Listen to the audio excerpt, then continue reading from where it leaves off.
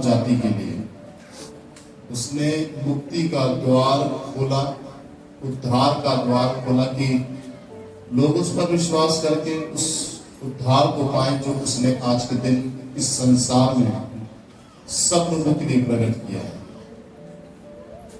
अब जो जो लोग उस पर विश्वास करेंगे वे उस महान उद्धार को देखेंगे जो उसने क्रूस पर किया।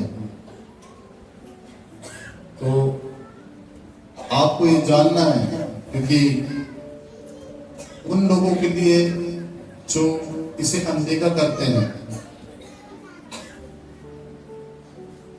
जो इसे सत्य नहीं मानते, जो इसे अनदेखा करते हैं कि नहीं ऐसा नहीं हो सकता, ऐसा नहीं किया। परंतु मैं आपको बताना चाहता हूं कि बाइबल में लिखा है ऐसे लोगों के लिए कि क्रूस की कथा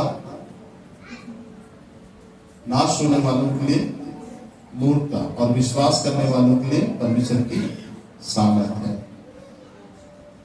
तो ये बहुत बड़ी बात होगी कि परमेश्वर प्रकट कर दे उन लोगों पर जो नाश की कगार में है कि वे बचाए जाए, परंतु जो सीखना नहीं चाहते, जो ग्रहण करना नहीं चाहते, उनके लिए तो ये मूर्खता ठहरेगी। इसलिए ये बड़ा काम आज के दिन क्रूस पर हुआ जो यीशु मसीह ने इस संसार के लिए किया। हम जल्दी से खत्म करूंगा, एक एक पॉइंट सीखेंगे, बिल्कुल आराम से समझेंगे बैठ के। पहली बाड़ी है लूका रचित सुसमाचार उसके 30 अध्याय में, अगर आप देखेंगे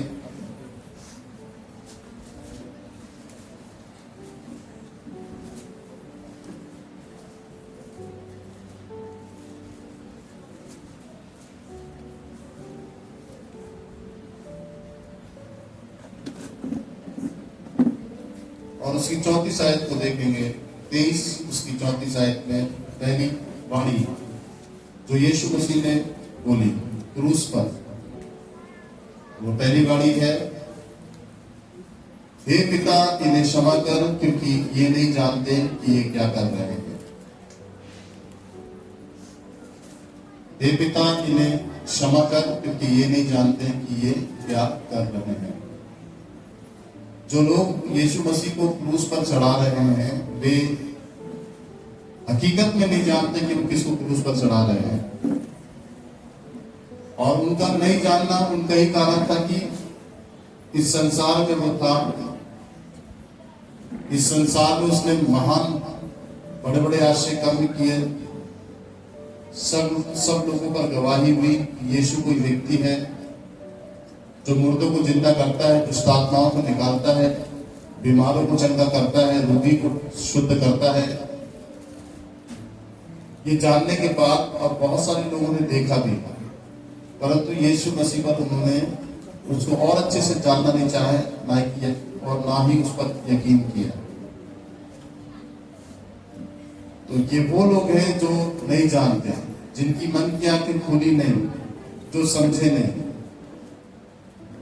इसी तरीके से एक पापी को भी क्षमा मिलती है, क्योंकि वो पाप यदि करता है तो उसने अच्छे से प्रभु को जाना नहीं है, इसलिए वो पाप में है, उसका पाप में जीवन है। यदि मनुष्य परमेश्वर को अच्छे से जान ले, पहचान ले, तो वो पाप नहीं करे, क्योंकि यूहन्ना की पहली पत्री में ऐसे लिखा है कि यदि तुम उससे प्रेम रखते हो तो उसकी आज्ञाओं को मानोगे, और प्रेम वही व्यक्ति रखेगा जिसने उसके प्रेम को चखा है, जिसने परमेश्वर के प्रेम को जाना है। प्रेम वही व्यक्ति करेगा परमेश्वर से जिसने प्रेम की खोज की, परमेश्वर की खोज की, परमेश्वर को समझा, परमेश्वर को जाना। उसके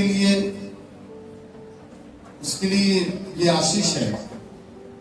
परंतु जिन्होंने जाना नहीं, जिन्होंने उसे समझा नहीं, जानकर के भी अनजान बने, नहीं समझ पाए, इतने करीब वो रहा फिर भी उसे नहीं जान पाए, तब यीशु मसीह कहता है कि ये नहीं जानते कि क्या कर रहे हैं। क्या कर रहे हैं मतलब किसको क्रूस पर चढ़ा रहे हैं, मैं कौन हूं, तू कौन है, ये हमें नहीं जानते। दूसरी बात इसी वाणी के अंदर है, आपको ध्यान समझना है। एक व्यक्ति दर्द सह रहा है, लहूलुहान है, उसको भयानक पीड़ा हो रही है, मन के अंदर क्रोध आना चाहिए कि क्षमा आना चाहिए? मन के अंदर क्रोध से भरा होना चाहिए कि नम्रता और दीनता से भरा रहना चाहिए? यदि मैं क्रूस पर हूं, मुझे कोई मारे, मुझे गाली दे, मुझे पीटे और मुझे क्रूस पर चढ़ाए, मेरी कैसी दशा होगी? मैं क्रोध से भरूंगा, मैं ये सोचूंगा कि मुझे मौका मिल जाए, बस उन्होंने मुझे मारा, सबसे बदला लूंगा। दुनिया में यीशु मसीह की बलिदान होने से पहले यही चल रहा था, यही हो रहा था। पर आप अपने आप को क्रूस पर देखें कि अगर आपको कीले ठोक दी जाए, पैरों पे, माथों पे कांटों का ताज, हाथों पे कीले, भाला, क्रोध से भर जाएंगे आप, झिसियाएंगे आप बोझ से भर जाएंगे कि इसने मुझे मारा, इसने मुझे मारा, इसने ऐसा किया, इसने ऐसा किया मेरे लिए। परंतु उसके प्रेम को देखिए क्रूस पर, क्रोध से भरने के बजाय कितनी सहन शक्ति उसके अंदर। आपको कोई गाली दे दे, आपको एक मुक्का कोई मार दे, तो आप जरूर बदला लेंगे, बदले की भावना आ जाएगी, उस व्यक्ति को आप घृणा से देखने लगेंगे। परंतु यीशु मसीह को देखिए कि इतना होने के बावजूद भी वे संवेदनशील रहे, नम्रता से भरे रहे, संयम और धीरज से काम लिया। और वो कहते हैं कि हे पिता इन्हें क्षमा कर, क्योंकि ये नहीं जानते ये क्या कर रहे। तो याद रखें कि क्रोध का कोई काम नहीं है मसीह के जीवन में, विरोध का कोई काम नहीं है मसीह के जीवन में, बदला लेने का कोई काम नहीं है मसीह जीवन में। इसलिए उसने कहा ना कि अगर तुम्हारे गाल पर कोई चाटा मारे तो उसके ऊपर दूसरा भी फेरे। ये क्यों बोला उसने? तुम्हें बदला लेने से नहीं, लड़ाई को आगे बढ़ाना ही नहीं है, लड़ाई को खत्म करना है। क्योंकि इसके पीछे लड़ाई कराने वाली कुछ शक्तियां हैं, लड़ाई बढ़ाने वाली कुछ शक्तियां हैं जो काम करती हैं। जिन लोगों ने यीशु मसीह को क्रूस पर चढ़ाया, उन लोगों के साथ दुष्ट आत्माएं थी, शैतान था। आपने ड्रामे में देखा कि शैतान कैसे हंस रहा है। जब लल्ला भाई को यीशु मसीह क्रूस पर चढ़ा रहे थे, हम ड्रामा हमने किया, शैतान खड़े के विशाल रूप कर रहा था, उसका बोल रहा था कि इससे मैंने चढ़ाया था, पीछे से चढ़ा, वो चढ़ा हकीकत में वही रहा था, परंतु इस्तेमाल लोगों को कर रहा था। और प्रभु इस दुनिया की स्थिति को भी देखते हैं, जो शारीरिक और सांसारिक है, और प्रभु यीशु मसीह आत्मिक, इसके पीछे आत्मिक दुनिया की हलचल को भी जानते हैं।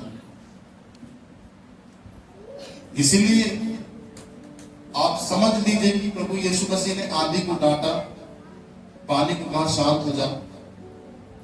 क्यों ऐसा कहा?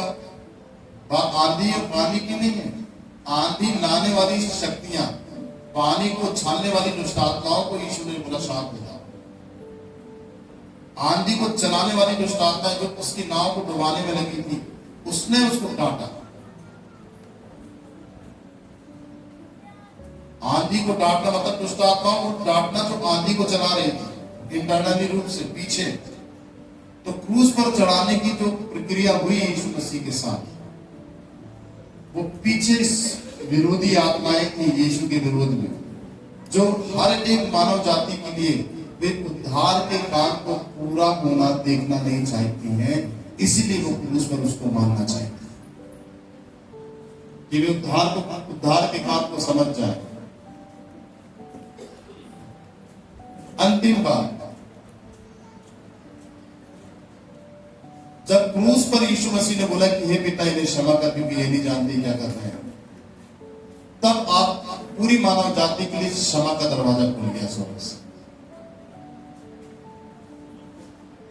उसके बाद से जो भी पाप आपने किया, जो भी विवाद आपने किया किसी के भी साथ, आपको क्षमा मिलेगी, क्योंकि क्षमा का दरवाजा उसने क्रूस पर चढ़कर खोल दिया। उससे पहले जब तक उसने ये नहीं बोला था कि हे पिता इन्हें क्षमा कर, ये नहीं जानते, तब तक क्षमा का दरवाजा बंद था।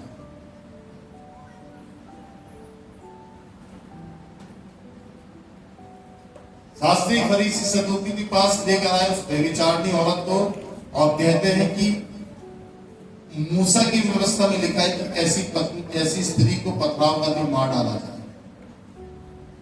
तो पाप का जो पुराने नियम में परिणाम है वो देर है, क्षमा नहीं। लोग कहते हैं पता इसके विषय में क्या कहता है, ऐसी औरत को मार देना चाहिए कि नहीं। उस समय तक यीशु के रहने तक, जब तक वो बलिदान नहीं हुआ था, तब तक ये स्थिति चल रही थी कि अगर आप पाप करो तो आपको मृत्यु दंड मिलेगा। परंतु जब यीशु मसीह ने क्रूस पर कहा हे पिता इन्हें क्षमा कर, उस समय से, उसी वक्त से आपके लिए, पूरी मानव जाति के लिए क्षमा का दरवाजा खुल गया। अब ऐसा नहीं कि अगर आप पाप करेंगे तो आपको दंड मिलेगा, नहीं। आप पाप करेंगे आपको क्षमा मिलेगी, और क्षमा आपको इसलिए मिलेगी कि आप दोबारा पाप नहीं करें। यीशु मसीह ने एक बड़ा काम क्रूस पर किया, क्षमा के दरवाजे को खोल दिया सारी मानव जाति। वो पाप कर रहे थे, यीशु को मार रहे थे, क्रूस पर चढ़ा रहे थे, हत्या कर दी उन्होंने। जरूरी नहीं है ये वाला पाप आप करें। आप किसी को हाथ उठा सकते हैं, आप शराब पी सकते हैं, आप गाली दे सकते हैं किसी को, आप गलत काम कर सकते हैं, आप व्यभिचार कर सकते हैं। और यदि आप क्षमा मांगते हैं, पश्चाताप करते हैं, तो परमेश्वर आपको क्षमा करता है। पश्चाताप की दशा में जाना जरूरी है। बोलिए हालेलुया, बोलिए प्रेज द लॉर्ड। मेरे साथ निकालिए दूसरा कुरिन्थियों उसका 4 अध्याय।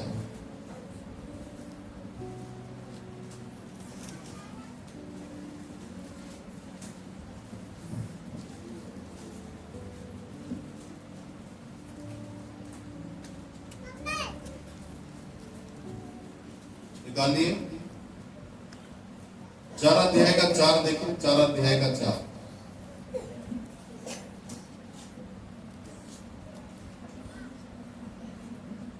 दूसरा कुरिन्थियों 4 अध्याय 4 आयत को देखें। और उन अविश्वासियों के लिए जिनकी बुद्धि इस संसार के ईश्वर ने अंधी कर दी, ताकि मसीह जो परमेश्वर का प्रतिरूप है उसके तेजोमय सुसमाचार का प्रकाश उन पर ना चमके। मैंने क्या बताया, कुछ अंधकार की शक्तियां पीछे काम कर रही हैं, जो मनुष्य की बुद्धि को क्या कर देती हैं, वो क्या कर देती हैं, अंधी कर देती हैं। क्या कर देती हैं, बुद्धि को अंधी कर देती हैं, जिससे वो परमेश्वर के तेजों में प्रकाश को ना समझने पाए, जो यीशु मसीह के द्वारा प्रकट हुआ। तो जिन लोगों ने यीशु मसीह को क्रूस पर चढ़ाया, शैतान ने उनकी बुद्धि को क्या कर दिया, अंधी कर दिया। जब हम यीशु मसीह को ग्रहण करते हैं और उसके बाद हम पाप करते हैं, तो शैतान हमारी बुद्धि को क्या कर देता है, अंधी कर देता है। यीशु मसीह को जानने के बाद, ग्रहण करने के बाद अगर हमसे गलती होती है, पाप निरंतर हम करते चले जाते हैं, तो आप समझ लीजिए इसका मतलब यह कि शैतान ने हमारी बुद्धि को क्या कर दिया है, अंधी कर दिया है, कि हम देखकर ना सीखें और सुनकर ना समझें। ये शैतान का काम होता है। इसलिए यीशु मसीह ने कहा हे पिता इन्हें क्षमा करता है, क्योंकि ये नहीं जानते, क्योंकि इनकी बुद्धि अंधी है। शैतान ने अंधी कर दी है इनकी बुद्धि, इन्हें क्षमा कर।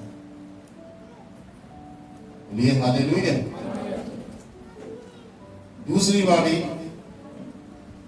मैं तुझसे सच कहता हूं, निकालिए लूका 23:43।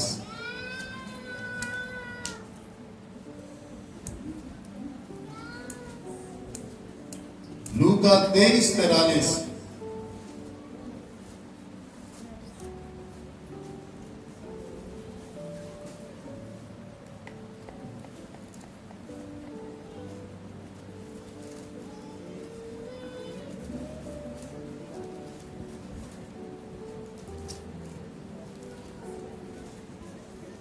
दूसरी वाणी, उसने उससे कहा मैं तुझसे सच कहता हूं कि आज ही तू मेरे साथ स्वर्गलोक में होगा। मैं तुझसे सच कहता हूं।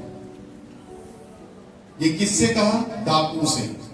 कौन से डाकू से, जो उसके बाजू में क्रूस पर चढ़ा हुआ था। उससे यीशु मसीह ने कहा कि मैं तुझसे सच कहता हूं। क्यों कहा? क्योंकि उसने पश्चाताप किया। और क्या पश्चाताप किया? कि हे प्रभु यीशु, जब तू अपने राज्य में आए तब तू मेरी सुधि लेना। इससे पहले पश्चाताप क्या था? वो कहता है कि हम तो अपने किए हुए कर्मों का भुगतान कर रहे हैं। हमें जो क्रूस पर चढ़ाया गया वो सही चढ़ाया गया, क्योंकि हम इसके दंड के योग्य हैं। परंतु यीशु मसीह को क्रूस पर चढ़ाया गया, वो दंड के योग्य नहीं था। उसने कुछ नहीं किया, वो निर्दोष है। दोषी हम हैं, हमने गलत किया, इसलिए ये दंड का प्रावधान हमारे लिए है। दूसरा डाकू विरोध कर रहा है, हे यीशु, तू परमेश्वर का पुत्र है तो हमें भी बचा। उसका विरोध कर रहा, परंतु जो पहला डाकू है वो माफी मांग रहा है। बोल रहा है, प्रभु हमको सही दंड मिला। ये पश्चाताप की स्थिति में आता है। आपकी आत्मा जब कायल होती है, यार हमने गलत किया, हमको नहीं करना है, और हमको सही मिल रहा है दंड, हमको एक्सेप्ट करना है। पाप करने के बाद यदि कोई सजा आपको मिले तो उसको एक्सेप्ट करना है आपको। हाँ ठीक है, मैंने किया ऐसा, मुझे होना चाहिए मेरे साथ ऐसा, कि मेरे अंदर सुधार आए। बहुत सारे लोग इस बात को एक्सेप्ट नहीं करते हैं, नहीं समझते क्यों हो रहा है मेरे साथ ऐसा, ऐसा मेरे साथ नहीं होना चाहिए। भाई हमने जो बोया वो काटेंगे नहीं। एक आदमी को होता है कि गलती हो जाए, जो बोया उसने वो काट रहा है तो बोले हाँ मैं ये बोया हूं इसलिए काट रहा हूं और मुझे इसको ग्रहण करना पड़ेगा। तो ऐसी दशा की मानसिकता में परमेश्वर क्षमा दे सकता है उसको। इस डाकू की स्थिति ऐसे ही थी, तो बोला तो हम तो अपने किए हुए की सजा पा रहे हैं, हमें ठीक दंड मिला। फिर वो यीशु से कहता है, यीशु जब तू अपने राज्य में आए तो मेरी सुधि लेना। यीशु मसीह क्या कहता है उससे? तू आज ही मेरे साथ स्वर्ग लोक में होगा। क्यों बोला? क्योंकि उसने माफी मांग ली देयर एंड देयर, मौके का फायदा।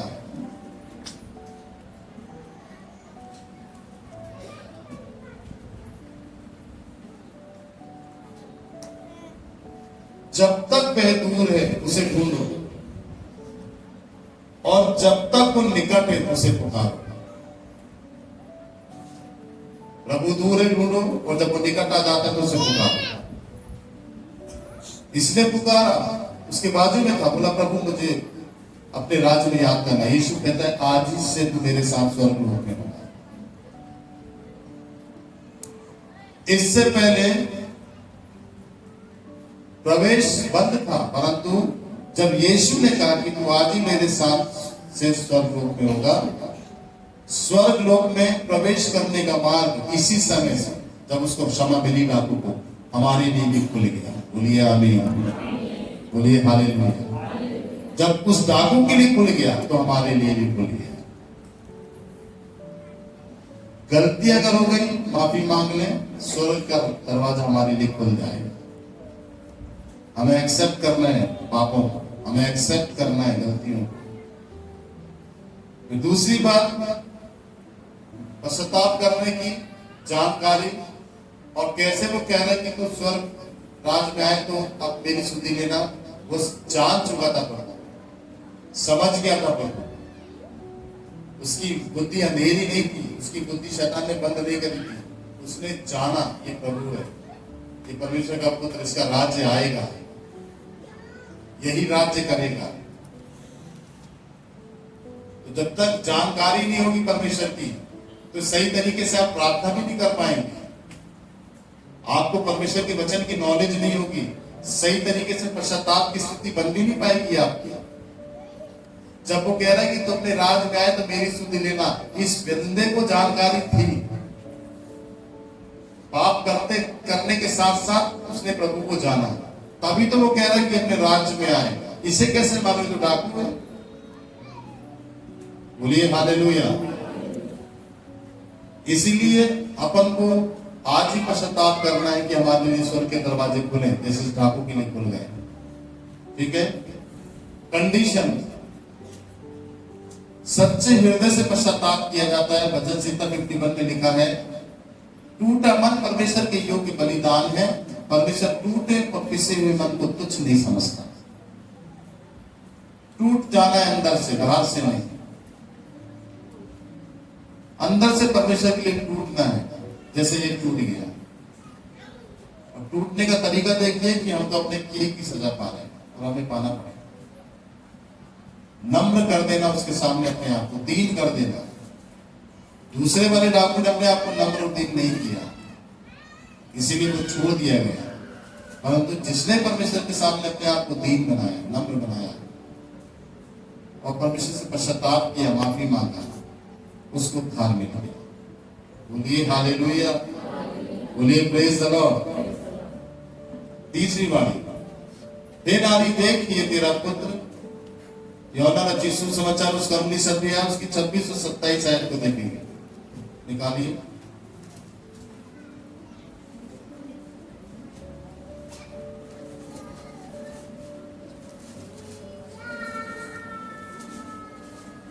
यूहन्ना रचित सुसमाचार उसका 19 अध्याय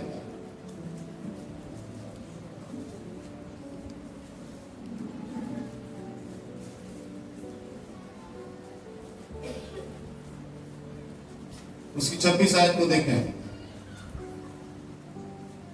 जब यीशु ने अपनी माता और उस चेले को जिससे वह प्रेम रखता था पास खड़े देखा तो अपनी माता से कहा, हे नारी देख ये तेरा पुत्र है।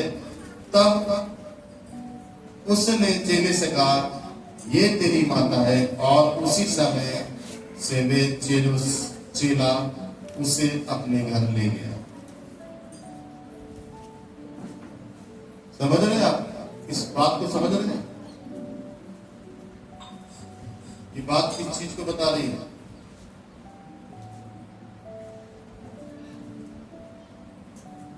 कठिन समय में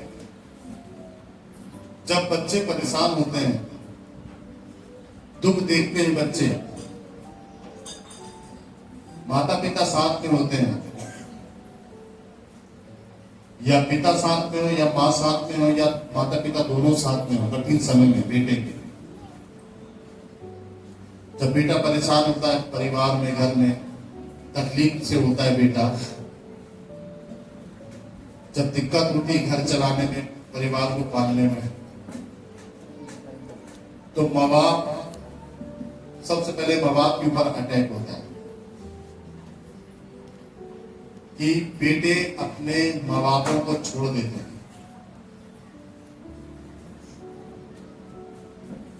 त्याग देते हैं। बहुत सारी रिपोर्टें, बहुत सारी चीजें हमने अपनी आंखों से देखी कि बहुत सारे माँ बापों को उनके बच्चों ने घर से बाहर निकाल दिया। कुछ तो बहुत सारे वृद्धाश्रम में है, अनाथ आश्रम में पड़े हुए हैं, उनसे जाकर उनका दर्द पूछे तो बताएंगे। जिंदगी काट देता है बाप एक बच्चे को बड़ा करने में, जिंदगी काट देती है एक माँ बच्चे को पालने में, और वही बच्चा एंड में मुकर जाता है माँ बाप से। माँ जिंदगी भर, बाप जिंदगी भर दुख में रहता है तो बच्चे को रोटी खिलाता है। जब माँ बाप बुढ़े हो जाते हैं तो बच्चे की हिम्मत नहीं होती कि बच्चे को बाप माँ को एक रोटी खिलाए।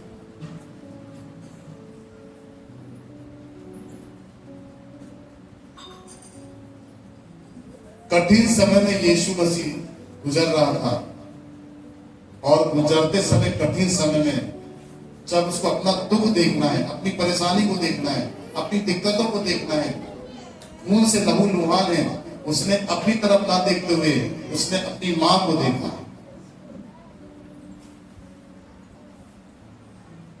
कौन बच्चा कठिन समय में माँ बाप को संभाल ले? कौन बच्चा कठिन समय में माँ बाप को स्थिर कर देगा? कौन बच्चा, कौन बेटा, कौन बेटी माँ बाप को दृढ़ कर दे? आज की तारीख में कोई नहीं। परंतु इस व्यक्ति को देखो जिसका नाम यीशु मसीह है।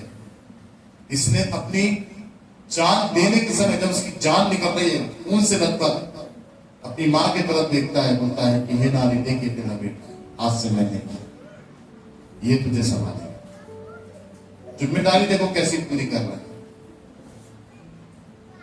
बच्चे ठीक है, बच्चे ठीक है, पर क्या एक पिता अपने परिवार की अच्छी जिम्मेदारी निभाता है? एक बेटा अपने माँ बाप के प्रति एक अच्छा जिम्मेदारी निभाता है? नहीं। ये चीज हमें केवल दुनिया में यीशु मसीह से सीखने मिलती है कि मरते मरते समय उसने अपनी माँ का ख्याल रखा। मरते समय उसने अपनी माँ के भविष्य का ख्याल रखा कि मेरी माँ कैसे रहेगी, कहाँ रहेगी, कौन संभालेगा, कौन देखेगा। अभी तक तो मैं था, अब मैं मरने वाला हूं, अब मेरी माँ का क्या होगा। तो उसने एक ऐसे चेले का चुनाव किया जो चेला जिम्मेदार था, वफादार था, और वो जानता था कि संभाल लेगा। उसका नाम यूहन्ना था। यीशु जानता था कि यूहन्ना सबसे ज्यादा प्यार करने वाला है मुझसे। और याद रखिए, जो सबसे ज्यादा परमेश्वर से प्यार करता है वो सबसे पहले परमेश्वर की आज्ञाओं को मानने के लिए तैयार होगा, चाहे मर जाए, और वो परमेश्वर को छोड़ेगा नहीं, क्योंकि प्रेम से इतना भर जाएगा वो व्यक्ति अपनी जान दे देगा परमेश्वर के लिए। जैसे यीशु मसीह परमेश्वर के प्रेम से भरा रहा और उसने क्रूस पर अपनी जान दे दी, ऐसी एक विश्वासी परमेश्वर का होना चाहिए। और वो चेले ये खूबी को यूहन्ना के अंदर देख रहा है। वफादार था, जिम्मेदार था, वो हर एक चीजों को बाखूबी से जिम्मेदारी ले सकता था, इसीलिए उसने बोला ये तुझे संभालेगा। और यूहन्ना आज्ञा मानने वाला आत्मिक व्यक्ति था, मालूम है। उसने अपनी माँ को किसके हवाले किया? एक आत्मिक व्यक्ति के हाथ में दिया, ताकि उसकी माँ का भी एक आत्मिक व्यक्ति के साथ बना रहे। और एक आत्मिक व्यक्ति के साथ मिलकर मेरी माँ एक आत्मिक परिवार का निर्माण करे।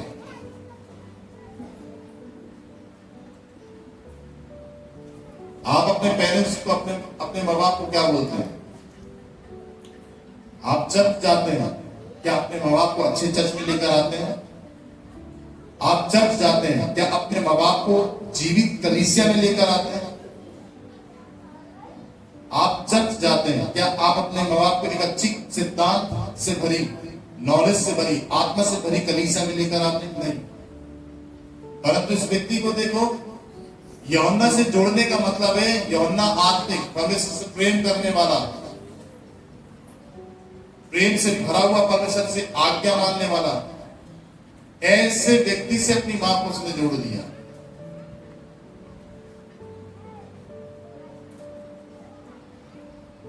और उसकी मां एक आत्मिक परिवार के घराने की सदस्य बन गई। इन वचनों को बिल्कुल पोलाइटली तरीके से समझा रहा हूं, इनके कई भेद हैं, परंतु सिंपल हिंदी में समझा रहा हूं।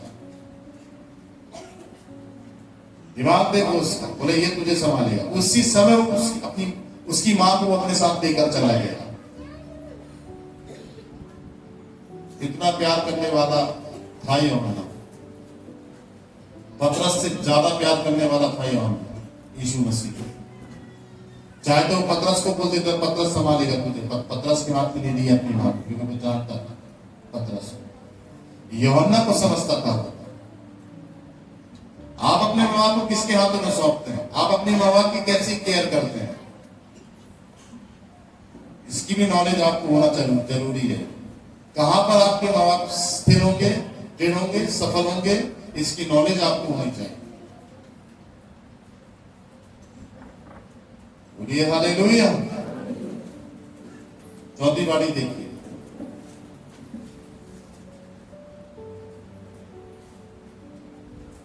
हे मेरे परमेश्वर, तूने मुझे क्यों छोड़ दिया?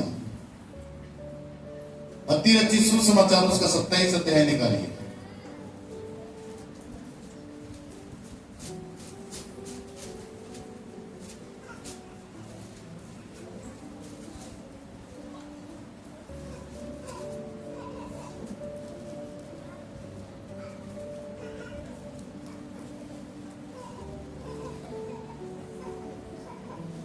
उसका 46 आयत देखिए, 27 अध्याय मत्ती रचित सुसमाचार उसका 46। तीसरे पहर के निकट यीशु ने बड़े सबसे पुकार कर कहा, एली एली लमा शबक्तनी, अर्थात हे मेरे परमेश्वर, हे मेरे परमेश्वर, तूने मुझे क्यों छोड़ दिया? ये चौथी वाणी है। बोल रहे कि हे मेरे परमेश्वर, तूने मुझे क्यों छोड़ दिया। हकीकत में परमेश्वर ने उसको छोड़ दिया। उसका कारण क्या था? उसके कारण दो है। पहला, परमेश्वर कभी भी पाप की जगह में अपनी उपस्थिति को नहीं देता। चाहे घर पापी हो, शरीर पापी हो, परमेश्वर वहां पर अपनी उपस्थिति को नहीं देगा। सबसे पहले यदि परमेश्वर कुछ है तो वो है पवित्र है, और वो पवित्रता में वास करने वाला परमेश्वर है। अशुद्धता में, गंदी जगहों पर वो वास करने वाला परमेश्वर नहीं है। बाइबल में ऐसे लिखा है, वो बुराई से घृणा करता है। तो जब वो बुराई से घृणा करता है तो पाप से कितना घृणा नहीं करता होगा। और जब वो पाप से घृणा करता है तो वो अशुद्धता से कितनी घृणा नहीं करता होगा। यहां पर यीशु मसीह को परमेश्वर ने क्यों छोड़ा? क्योंकि मेरे और आपके पाप का बोझ और संसार के पापों का बोझ यीशु मसीह के ऊपर था। इसीलिए वहां से परमेश्वर अपनी उपस्थिति को हटा देता है। पाप की जगह में परमेश्वर नहीं रहता, याद रखिए। आप पापी होंगे, पाप करते रहेंगे, आपका साथ परमेश्वर नहीं देगा। कि आप सोचे कि आप पाप कर रहे हैं तो आपके साथ साथ परमेश्वर सहमत हो जाए पाप में, तो ऐसा कभी नहीं हो सकता। कभी सहमत नहीं होगा परमेश्वर। पाप को एक रत्ती भर भी वो पसंद नहीं करता है कि आप पाप करें, इसीलिए उसको पाप से घृणा है। दूसरी बात, उसका बेटा यीशु मसीह परमेश्वर के इतने करीब, उसका इकलौता इस जगत में वो आया। उसकी आज्ञा के अनुसार परमेश्वर ने जगत से, आपसे ऐसा प्रेम रखा कि अपने इकलौते पुत्र को दे दिया, ताकि जो कोई इस पर विश्वास करे वो नाश ना होकर अनंत जीवन पाए। उसका अपना निज बेटा, उसका अपना बेटा, उसको भी परमेश्वर ने छोड़ दिया। तो याद रखिए, जब अपने बेटे को परमेश्वर छोड़ सकता है, जो बेटा पाप ऊपर लिए हुए, पाप किया नहीं है, हम तो पाप करते हैं, तो हमें नहीं छोड़ेगा क्या? हमें भी छोड़ सकता। उसने तो, यीशु मसीह ने तो पाप नहीं किया था, फिर भी परमेश्वर ने छोड़ दिया उसको। हम तो पाप करते हैं, तो क्या हमारे साथ रहेगा परमेश्वर? नहीं रहेगा। थोड़ा सा अंदाजा लगाओ ना। उसने तो पाप नहीं किया था, पाप अपने ऊपर लिया था, फिर भी परमेश्वर को उसका साथ नहीं छोड़ना चाहिए। फिर भी परमेश्वर ने उसको छोड़ दिया, क्योंकि वो परमेश्वर की उपस्थिति को, परमेश्वर की कमी को महसूस कर रहा है। तभी जोर से कह रहा है कि परमेश्वर तूने मुझे क्यों छोड़ दिया। सबने त्याग दिया, सबने छोड़ दिया, परमेश्वर ने भी छोड़ दिया, अकेला हो गया वो क्रूस पर।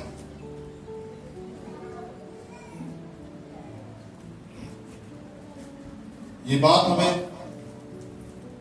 वचन में परमेश्वर सिखाता है, पवित्र आत्मा सिखाता है। इसीलिए देखिए, क्लियर करता है याकूब की किताब में कि पाप की जो मजदूरी है वो मृत्यु है। हर एक व्यक्ति अपनी ही अभिलाषा के कारण पाप में पड़ता है, और पाप जब गर्भवती होता है तो मृत्यु को जन्म देता है। तो यहां पर क्लेरिफिकेशन है कि उसने बोला कि मुझे छोड़ दिया परमेश्वर ने, तो 100% है कि आपको भी छोड़ सकता है परमेश्वर, यदि आप पाप का जीवन जिएंगे। बोलिए हालेलुया। इसलिए लिखा है बाइबल में कि पवित्र बनो जैसा तुम्हारा बुलाने वाला पवित्र है। समझ लेना। कुरिन्थियों की किताब में लिखा हुआ है कि तुम्हारी देह पवित्र आत्मा का मंदिर है, तुम्हारा शरीर पवित्र आत्मा का मंदिर है। इसमें किसी प्रकार की कड़वाहट, कटुता, किसी प्रकार का द्वेष, किसी प्रकार का मन, मैन, ईर्ष्या, कपट, बैर, जलन, किसी प्रकार की अशुद्धता विचारों में, विवेक में, भावनाओं में नहीं होनी चाहिए। अगर मन के अंदर कुछ चीजें होनी चाहिए तो वो होनी चाहिए दीनता, नम्रता, विश्वास, संयम, प्रेम, भलाई, कृपा, ये हमारे मन में होना चाहिए। परमेश्वर का वचन, परमेश्वर की वचन का ज्ञान, नॉलेज, ये हमारे मन के अंदर होनी चाहिए। क्योंकि यदि हम सारी बुरी नेगेटिव चीजों को सोचते हैं तो यीशु मसीह ने कहा ना कि मनुष्य जो भी कुछ खाता है तो उसके पेट में जाता है और संडास से निकल जाता है, परंतु जब मनुष्य अपने मन में गलत विचारों को रखता है तो उसके द्वारा वो अशुद्ध ठहरता है। तो हमको वो कहता है कि पवित्र बनो क्योंकि तुम्हारा बुलाने वाला पवित्र है। तो हमको हमें अपने पूरे चालों चालन में पवित्र बनना है कि परमेश्वर हमारे जीवन को देखकर खुश हो और परमेश्वर हमारे साथ रहे, क्योंकि वो पवित्रता में वास करता है। इसीलिए देखिए कि जब उसने अपने इकलौते पुत्र को छोड़ दिया तो आप कौन सी खेत की मूली है? ये भयानक वचन है।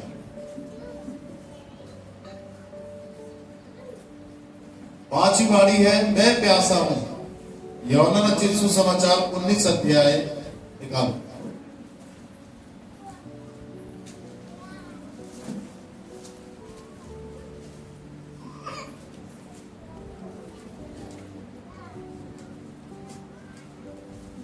यूहन्ना रचित सुसमाचार 19 अध्याय उसका 28 आयत को देखें। इसके बाद यीशु ने यह जानकर कि अब सब कुछ पूरा हो चुका, इसीलिए कि पवित्र शास्त्र में जो कहा गया है पूरा हो, कहा मैं प्यासा हूं। क्या बोल रहा है वो? मैं प्यासा हूं। क्रूस पर प्यासे होने की दो स्थिति है, बिल्कुल ध्यान से सुनो। पहली स्थिति, यीशु मसीह पूरी रीति से मनुष्य था और स्वाभाविक है कि उसको प्यास लगी। बाइबल में लिखा है, वचन देहधारी हुआ और देह को धारण किया और हमारे बीच में डेरा किया। चेले कहते हैं हमने, यूहन्ना कहता है, पतरस कहता है हमने उसे देखा, उसको छुआ, हमने उसको स्पर्श भी किया कि वो सही में मनुष्य है। तो स्वाभाविक रीति है कि क्रूस को उठाकर लेकर आ रहा है और गोलगत्ता पहाड़ पर लेकर चढ़ेगा तो स्वाभाविक रीति कि उसको 10 बार प्यास लगेगी, परंतु यहां पर वो कहता है कि मैं प्यासा। ये प्यास उसकी शारीरिक हो सकती है क्योंकि 1 टन से वजन क्रूस को कांधे पर वो लेकर चल रहा है उठाकर। रोमी सैनिक उसको पानी पीने नहीं दे रहे हैं, उसको रेस्ट लेने नहीं दे रहे हैं, क्योंकि टाइम है उसको क्रूस पर चढ़ाने का, जैसे फांसी देने का टाइम होता है। फांसी जब किसी को दी जाती है तो देखना सामने अधिकारी घड़ी देखता रहेगा, और जल्लाद जो होगा रस्सी खींचने वाला, पैरों से वो उसको क्या बोलते हैं, बेस होता है जिसको हटाते हैं तो सीधे पैर चले जाते हैं, उसको हटाने वाला जल्लाद होता है। जल्लाद अधिकारी को देखता है, जो मेन अधिकारी है, जो बताएगा ठीक इसी समय फांसी चढ़ाओ। तो वो घड़ी देखता रहता है, तुम्हारी अंतिम इच्छा क्या है? वो कहता है मेरी अंतिम इच्छा, ठीक है तो सब के लिए चलो तुम्हारा टाइम, क्योंकि लिख दिया गया कि इतने समय इसकी मौत फांसी हो जाना चाहिए इसको। तो वो टाइम देखता है, टक टक टक घड़ी चलती है, देखता है, जल्लाद की तरफ देखता है और जैसे ही सुई घड़ी की ठीक 12 पे पहुंचती है, इशारा कर देता है खींच दो, वैसे वो खींचता है और फांसी में वो लटक जाता है। तो यहां पर 1 मिनट भी पानी नहीं पिला सकते थे उसको, कोई भी पानी दे रहे थे तो लोगों ने लात मार दी उसमें, नहीं पिएगा पानी, चलो लेके क्रूस। टाइम उसको क्रूस पर चढ़ने का टाइम ठहराया गया, उसको जान देने का। और ये पूरी जो क्रियाकलाप उस क्रूस पर चढ़ाने की पूरी सरकारी ढंग से हुई, जैसे क्रिमिनल की सरकारी ढंग से प्रक्रिया होती है फांसी में चढ़ाने की, ऐसे नहीं उठा के क्रूस पर चढ़ा दिया। सारी पेपरबाजी हुई है क्रूस पर चढ़ाने की, सरकारी मोहर लगी है। क्यों भेज रहे हैं इस प्रांत से उस प्रांत, उस प्रांत से उस प्रांत जाओ? लात कहता है ये मेरे प्रांत का नहीं है, हेरोदेस के पास निकलता। अब वहां बेचारे की कार्रवाई होगी, कितनी देर तक कोर्ट में खड़े होते हैं वहां? ये वाला वकील नहीं, ये वाला वकील तुम्हारा केस संभालेगा, खड़े रहो घंटे में। कितना खड़ा रहा वो, जाओ इस प्रांत लेकर जाओ। रास्ते में ले जा रहे उसको भूखे का, कोई पानी को खाने को भी नहीं पूछ रहा है, चला जा रहा है बेचारा कोड़े खाकर। फिर वो राजा निकलेगा कमरे से बाहर अपने टाइम पे, पहले से कितने बजे का जज कितने बजे बैठेगा? ठीक 11 बजे जज आ जाएगा। वकील बोला तुम जल्दी से जाना, सुबह 8:30 बजे, तुम सीधे 8:30 बजे कोर्ट पहुंच गए, खड़े हैं। कभी भी ऑटो जाए, कभी पुकार लग जाएगी, अब वो चिल्लाएगा। तो बैठे हो, अब बहस चल रही है, तुम बैठे हो, तुम्हारा 12 बजे का नंबर था, 4 बजे नंबर आया, बेचारा वो खड़ा है कि पिलातुस निकले या हेरोदेस निकले तो दंड की आज्ञा दे। ऐसे ही नहीं मिल गए थे राजा हेरोदेस ने पिलातुस यीशु मसीह से। वेट करा, दर्द सहरा, खड़े होके, खड़ा है, पैरों केवल हड्डियों पे, रात भर तो पीटा उसको, खड़ा करके रखा। तुम सोचो 39 कोड़े खाए, तुम सोचो कि उसको भाला मारा, उसको कोड़े मारा, कांटों का ताक बना, ये नहीं, सारी चीजों में प्रताड़ित हुआ है। पैदल भी खुद चलाया उसको, उकड़ू भी बैठाया उसको, नींद छीन ली गई, कई रातों से सोया नहीं, वो सोने दिया उसको। सैनिकों ने होती है पुलिस वालों की, तो दिन वाले पुलिस वाले बिल्कुल पहरेदारी करेंगे, नाइट वाले बिल्कुल, तो नाइट वाले तो आएंगे, पुलिस वाले वो तो सोकर आएंगे अपने घर में, तो रात में जगेंगे, उनको कोई दिक्कत नहीं। परंतु ये तो ना तो दिन में सो रहा है, ना तो रात में सो रहा है।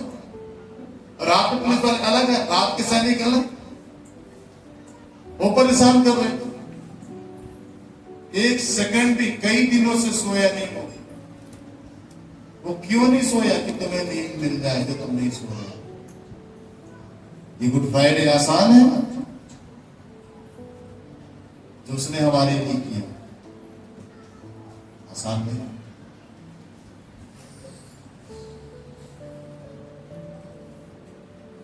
बोलिए हालेलुया। दूसरी महत्वपूर्ण बात, बेसिकली तौर पे देखा जाए तो वो प्यासा परमेश्वर का था, क्योंकि पहले उसने कह दिया था कि तूने मुझे क्यों छोड़ दिया हे परमेश्वर। और जब परमेश्वर चला जाता है तो आदमी प्यास के मारे व्याकुल होगा ही प्यास के मारे। परमेश्वर उसके जीवन से चला गया, जीवन का जल चला गया। परमेश्वर की उपस्थिति महसूस नहीं हुई उसको, वो प्यास के मारे व्याकुल हो गया। इसलिए आत्मा में होकर के दाऊद इस बात को डिक्लेयर करता है भजन संहिता 42 अध्याय में कि जैसे हिरनी जल के लिए हाँकती है, वैसे ही परमेश्वर मैं तेरे लिए हाँकता। जैसे हिरनी जल मांग ढूंढती है, ऐसी मैं तुझे ढूंढता हूं। इसलिए यीशु मसीह ने क्या कहा? मैं जीवन का जल हूं, जो कोई मुझ में से पिएगा कभी प्यासा नहीं होगा। झरना है वो, परंतु उसका झरना बना कैसे? परमेश्वर के द्वारा।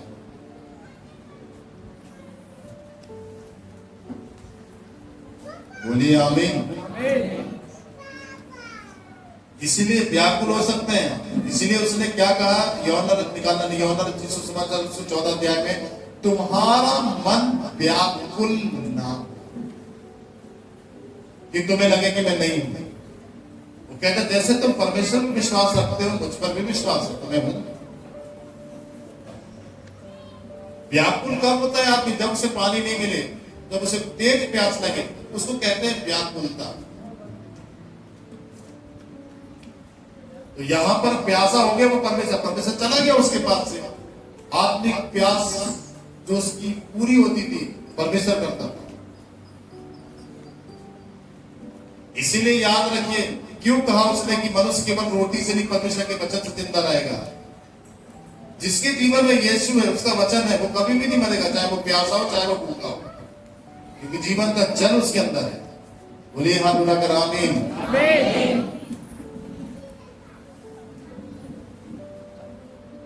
भजन संहिता 69 निकालिए, 69 69 16 आयत को देखो उसकी।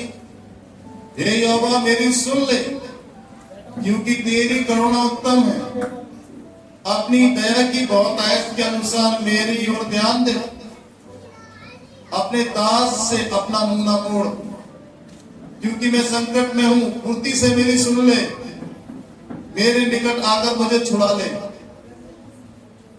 मेरे शत्रुओं से मुझे छुड़ाकर छुटकारा दे, मेरी नामधराई और लज्जा को अनादर को तू जानता है, मेरे सब द्रोही तेरे सामने हैं, मेरा हृदय नामधराई के कारण फट गया और मैं बहुत उदास हूं।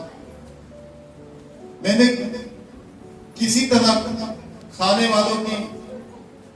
वाले की आशा तो की, परंतु किसी को ना पाया, और शांति देने वालों को ढूंढा तो शांति देने वालों को ढूंढता तो रहा, परंतु कोई ना मिला। लोगों ने मेरे खाने के लिए इंतजाम दिया और मेरी प्यास बुझाने के लिए मुझे सिरका पिलाया। वो कहता फुर्ती से मेरी सुन। उसकी जरूरत परमेश्वर थी, उसकी जरूरत परमेश्वर की उपस्थिति थी, जो परमेश्वर उसके पास से चला गया, इसलिए आत्मिक प्यास भर गया, वो विचलित हो गया, वो व्याकुल हो गया वो परमेश्वर के लिए। इसीलिए देख लीजिए, नरक के अंदर पानी नहीं है। जब वो धर्मात्मा व्यक्ति गया नरक के अंदर तो क्या कहता है, लादर से बोल के एक बूंद मेरी जीभ में टपका दे। क्यों? क्योंकि परमेश्वर नहीं है वहां नरक में, परमेश्वर की प्रेजेंस भी नहीं है वहां। दम घुटता है सांस लेने में। आप देखेंगे ऐसे खींचना पड़ेगा आपको हवा को, हवा नहीं मिलेगी, हवा भी नहीं है वहां, क्योंकि परमेश्वर की प्रेजेंस नहीं है, तो वहां किसी प्रकार का सुख नहीं है। और जहां परमेश्वर की उपस्थिति है वहां सब प्रकार का सुख रहता है, चाहे वो हवा का लो, चाहे वो पानी का लो, चाहे वो मौसम का लो, चाहे वो किसी भी प्रकार का सुख। अभी आप आराम से बैठे हो, गर्मी तो लग रही है बस, ताकि आराम से बैठे हो, परमेश्वर की उपस्थिति है। नरक के अंदर एक सेकेंड भी परमेश्वर की उपस्थिति नहीं है। और अब सोच लो कि अगर परमेश्वर की उपस्थिति नहीं है तो क्या हालत हुई थी उस धनवान व्यक्ति की नरक में। एक गिलास पानी नहीं मांग रहा है वो, एक बूंद टपका दे मेरी जीभ को ठंडक मिल जाए। अब सोचो एक बूंद उसकी दृष्टि में कितने अरबों खरबों के बराबर हो गई।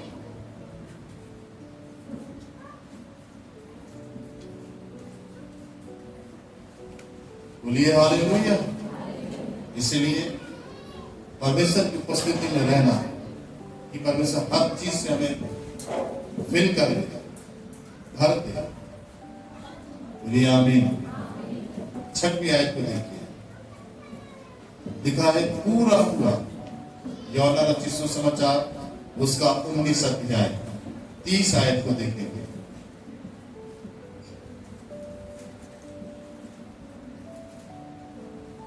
निकालिए, पूरा हुआ।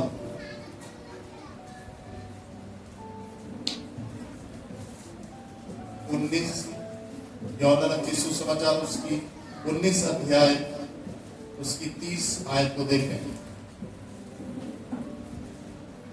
बाइबल में।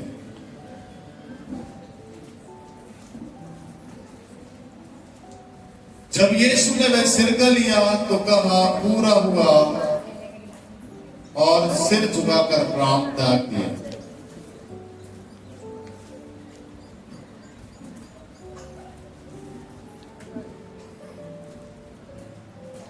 क्या पूरा किया उसने?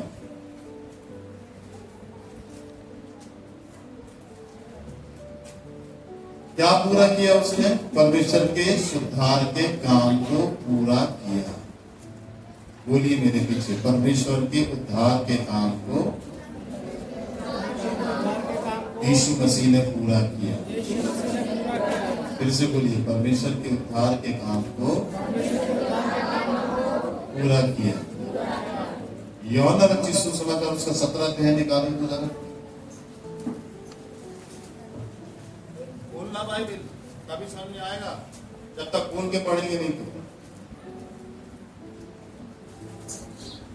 देखो क्या लिखा है, यूहन्ना रचित सुसमाचार उसका 17 अध्याय उसकी 4 आयत को देखिए, लिखा है, जो कार्य तूने मुझे करने को दिया था उसे पूरा करके मैंने पृथ्वी पर तेरी महिमा की है। कौन सा कार्य उसने पूरा किया? मानव जाति के उद्धार मुक्ति के कार्य को यीशु मसीह ने क्या किया? पूरा किया। बोलिए हालेलुया। लूका 19 अध्याय निकालो, लूका 19 अध्याय 10वीं आयत को देखो, निकालो बाइबल से। वेरी गुड, देखो समझो। 19:10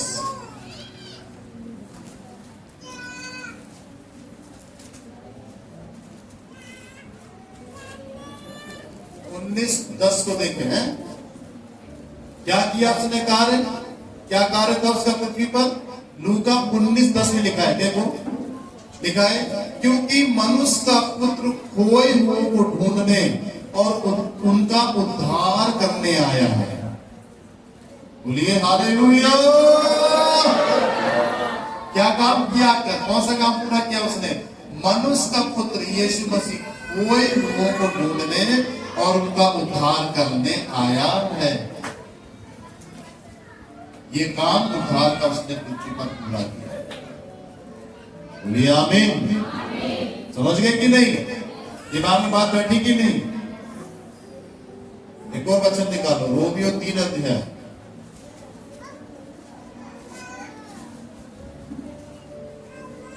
रोमियो 3 अध्याय देखिए,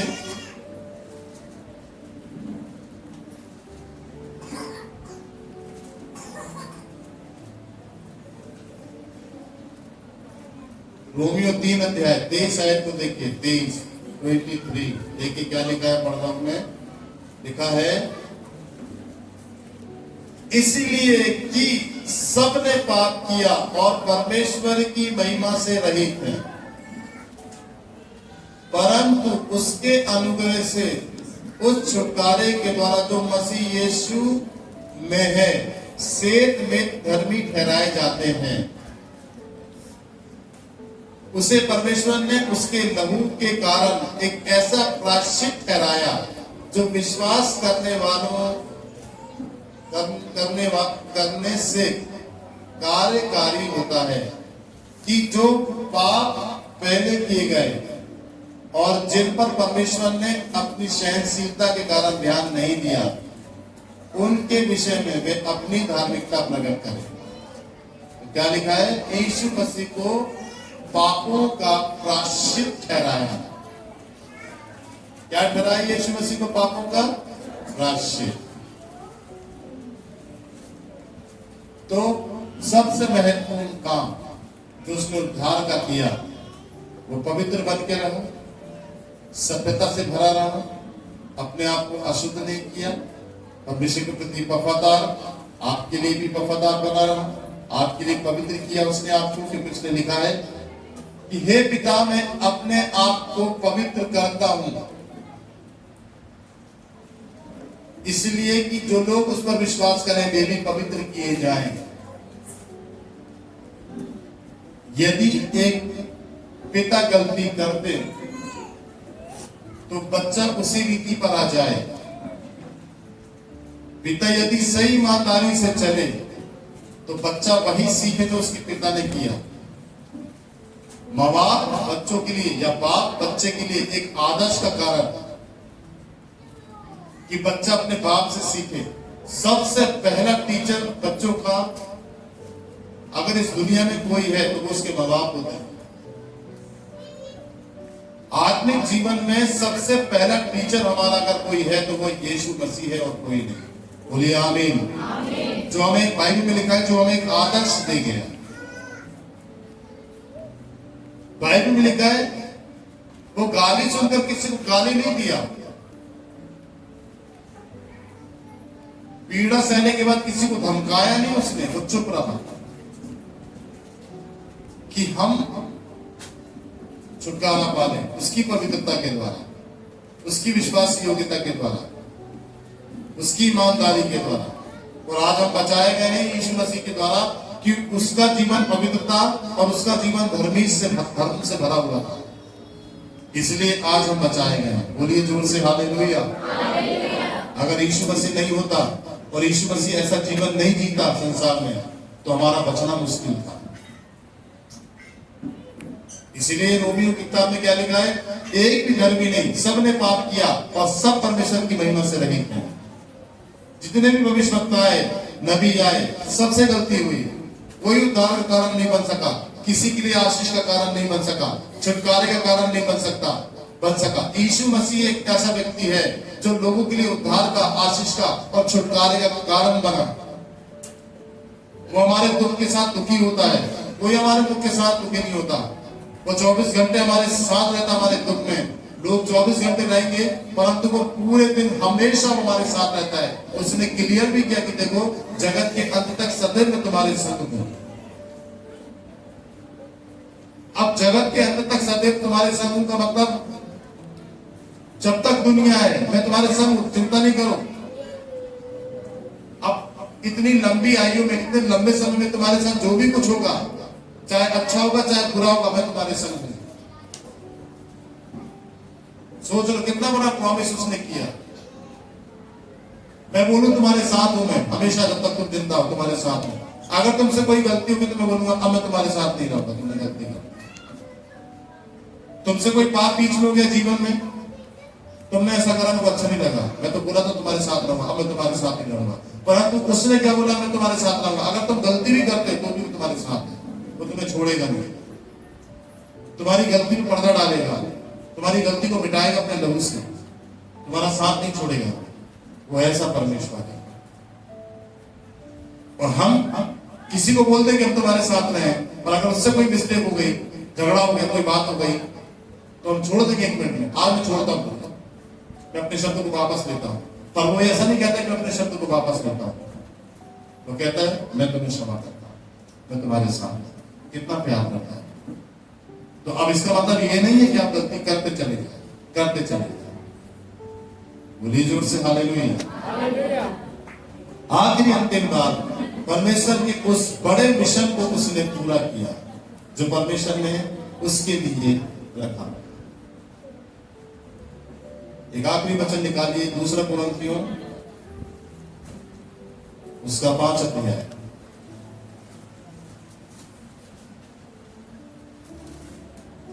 दूसरा कुरिन्थियों उसका 5 अध्याय।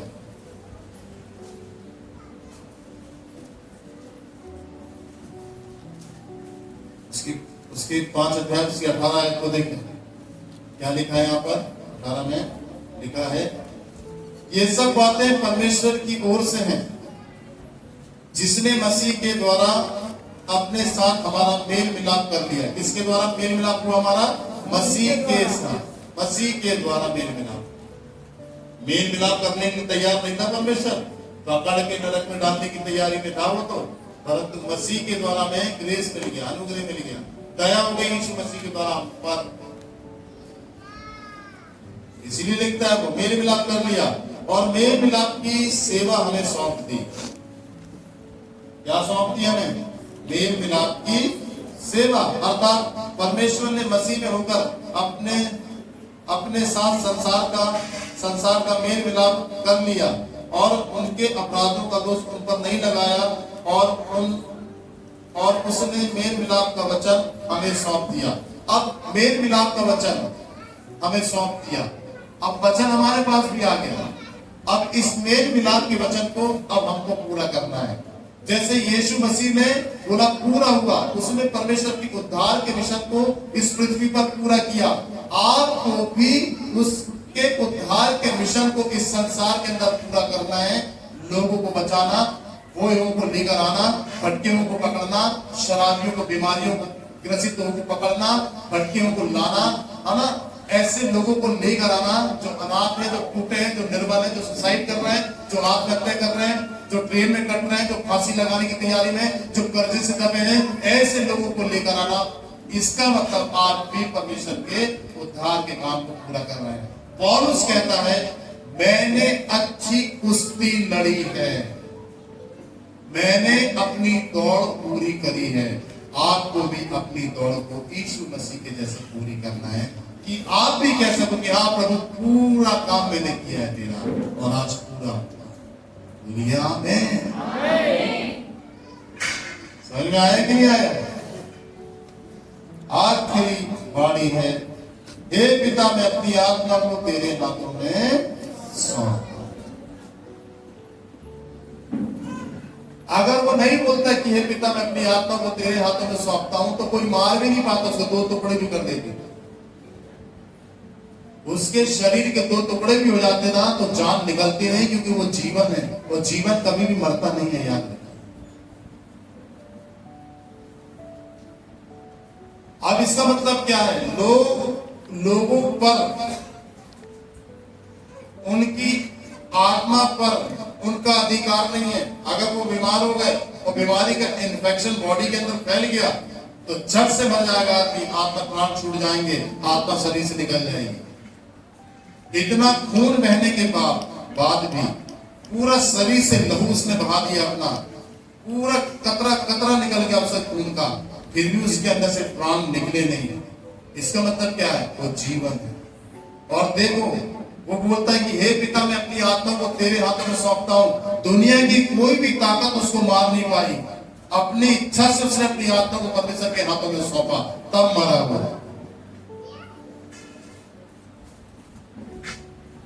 ऐसा कोई व्यक्ति है, बता दो मुझे, इतिहास में खोजकर या भविष्य में या वर्तमान में, कि कोई रोक ले अपनी आत्मा को, कोई अपनी मृत्यु को पकड़ ले, अपनी मृत्यु को नहीं जाने दे। यीशु मसीह ही एक ऐसा व्यक्ति रहा पूरी दुनिया में जो अपने प्राण को अपने अधिकार में लेकर त्यागा, परमेश्वर के हाथों में सौंपा। कोई नहीं मार पाता उसको। इसलिए यूहन्ना रचित सुसमाचार 10 अध्याय निकालो, देखो क्लियर हो जाएगा। निकालो यूहन्ना रचित सुसमाचार उसका 10 अध्याय, शायद मेरे ख्याल से होना चाहिए।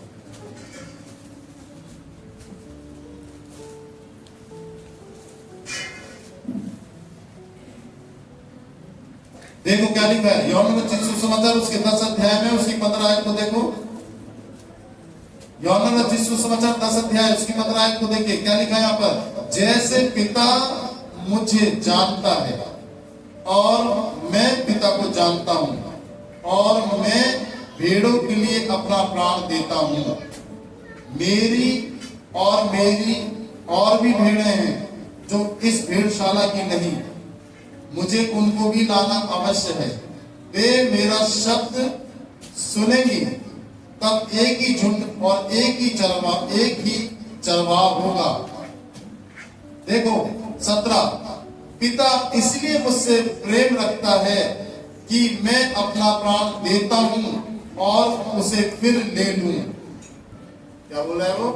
पिता मुझसे इसलिए प्रेम रखता है कि मैं अपना प्राण देता हूं, फिर उसे दोबारा ले लो। इसका मतलब समझ लो, यीशु मसीह को अपने प्राण के ऊपर अधिकार है, अपनी आत्मा के ऊपर अधिकार है। उसकी आत्मा को शैतान ने छीन नहीं सकता, क्योंकि उसकी आत्मा उसके अधिकार में है। नॉर्मल कोई व्यक्ति मर जाए तो शैतान उसकी आत्मा को छीन सकता है। सुनना ध्यान से, परंतु यीशु को अपने प्राण के ऊपर अधिकार था। जब यीशु को कोई नहीं मार पाया, तभी तो उसने कहा जो कोई मुझ पर विश्वास करेगा, यदि वो मर भी जाए तो भी जिएगा। तो ये अधिकार तो उसने आपको दे दिया विश्वास करने पर, कि आपको कोई नहीं मार पाएगा, आप जिंदा रहेंगे। बोलिए हाथ उठाकर आमीन। आप बताओ कितना बड़ा। सबको डर लगता है मौत से, किसको डर नहीं लगता है मौत से? आदमी बचने के लिए कैसे कैसे उपायों को ढूंढता है, कि मौत ना आए। जीवित रहने के लिए कैसे कैसे उपाय आदमी करता है, परंतु जीवित रहने का सही उपाय यीशु मसीह के पास है, और वो उपाय विश्वास करें आप उस पर। और यदि आप मर भी जाएंगे तो भी आप नहीं मरेंगे, आप जिंदा रहेंगे। बोलिए आमीन। क्योंकि जिस तरीके से यीशु को अपने जीवन पर, अपने प्राण पर अधिकार है, वो अधिकार आपको भी देगा कि आपको भी वो अधिकार मिले आपके प्राण के ऊपर। बोलिए आमीन। इसलिए बाइबल में लिखा है, जिस आत्मा ने यीशु मसीह को मरे हुए में से जिलाया, वही आत्मा तुम्हें भी मरे हुए में से जिलाएगी। लोग वो कहता है, मुझे अपने प्राण को देने का भी अधिकार है और उसको ले लेने का भी अधिकार है।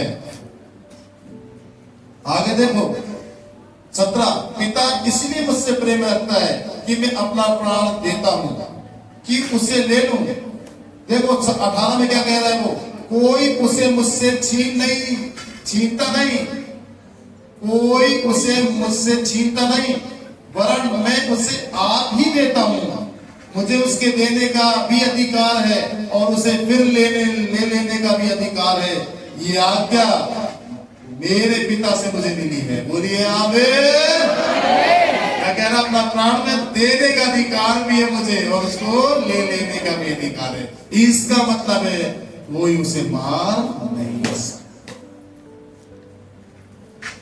तो आप समझ लीजिए किसकी उपस्थिति में बैठे हैं आप,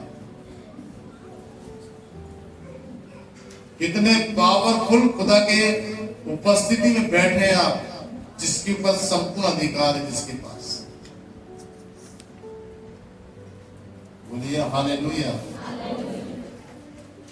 और वो कहता है कि हे पिता, मैं अपनी आत्मा को तेरे हाथों में सौंपता हूं और प्राण त्याग दे, पाप पर विजय पाकर।